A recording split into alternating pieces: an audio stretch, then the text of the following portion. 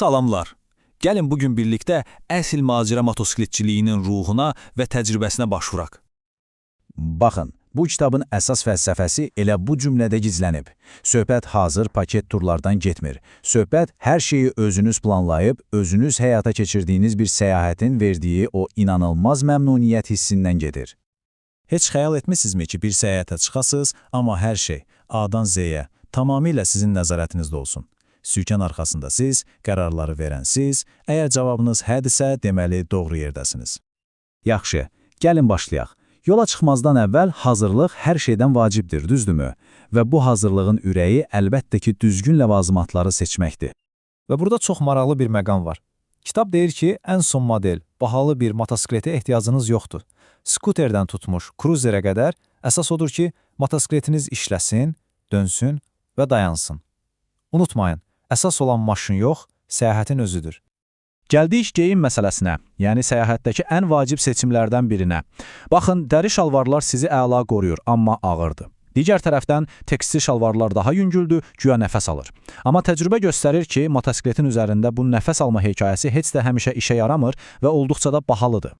Yolda yemək bişirmək, bu çox vacib məsələdir və burada da qızıl qayda sadəlikdir. O mürəkkəb bir neçə növ yanacaqla işləyən, amma hər an sıradan çıxa bilən sobaları unudun. Sizə sadə və etibarlı bir dost lazımdır. Bax, bu soba dediyimə əla bir nümunədir. Coleman 533. Sadədir, dözümlüdür və ən əsası, Afrikanın ortasında belə tapa biləcəyiniz fərqli yanacaqlarla işləyir. Yəni sizi ac susuz qoymaz. Yaxşı, bəs çantanızda mütləq nə olmalıdır? Gəlin sürətli bir siyahıya baxaq. Buradakı fəlsəfə budur. Az, amma çox funksiyonal əşyalar götürün ki, yükünüz yüngül olsun. Və pul məsələsi. Bu, çox ciddi mövzudur. Yolda pulu idarə etmək tam bir strategiya tələb edir. Unudun o köhnə səyahət çeklərini. İnkişaf etməkdə olan ölkələrdə onlar demək olar ki, bir kağız parçasından fərqlənmir. Kredit kartları vacibdir, amma Vietnamın dağlarında bir cığırda bankomat axtarmaq da ağlabatan deyil. İndi isə gələk reallıqlara. O romantik, açıq yol xəyallar bir yana, səyahətin ciddi çətinlikləri də var və bu çətinliklərə hazır olmaq lazımdır. Bürokratiya. Bu, bəlkə də ən böyük düşməniniz olacaq. Baxın, Hindistanda baş verən bu real hadisəyə. Sanki bir casus filmindəsiniz. Sizi o otaqdan bu otağa göndərirlər, sonsuz sənədlər doldurursunuz, sonra da deyirlər, sabah gəl və ən absurd tərəfi, adınız kompüterə yerləşmədiyi üçün hər şeyi əllə yazmalarını 12 saat gözləyirsiniz. Və sağlamlıq. Təsəvvür edirsiniz, səyahətə çıxanların 80%, yəni demək olar ki, hər 5 nəfərdən 4-ü ishal problemi ilə üzləşir. Bu o deməkdir ki, sağlamlıq hazırlığı heç də zarafat deyil, mütləqdir. Təbii ki, təkcə mədə problemləri deyil. Tropiklərdə malariya riski var.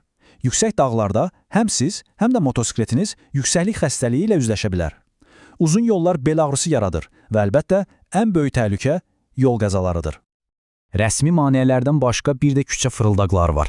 Məsələn, qara bazarda pul dəyişdirəndə çox diqqətli olun. Bu sitatda deyildiyi kimi əllərinə baxın. O Rumun fəndi deyilən əlcəldiliyi sizi bir anda aldada bilər. Amma bəlkə də ən böyük təhlükə digər sürücülərdir və mənbə bu barədə çox açıq danışır. Kolumbiya, Efiopiya, Hindistan kimi ölkələrdə, yollarda sizə qarşı açıq-aşkar qatil düşmənçiliyi gözləyin. Sərt səslənir, amma reallıq budur. Yaxşı, bu qədər çətinlikdən sonra insan düşünür, bəs bu səyahətin yaxşı tərəfi yoxdurmu? Əlbəttə var. Və bu insanlardır. Yol boyu qarşılaşdığınız, tanıdığınız insanlar. Kitabda tək səyahət edən qadınlar üçün çox dəyərli məsləhətlər var. Bəzən fərqli mədəniyyətlərdə yaranan çətin vəziyyətlərdən yumorla və ya kiçik bir ər uydurmaqla necə çıxmaq olar, bu sadəcə zəka və özünə inam tələb edir. Bu hekayə isə macəra ruhunu mükəmməl ifadə edir.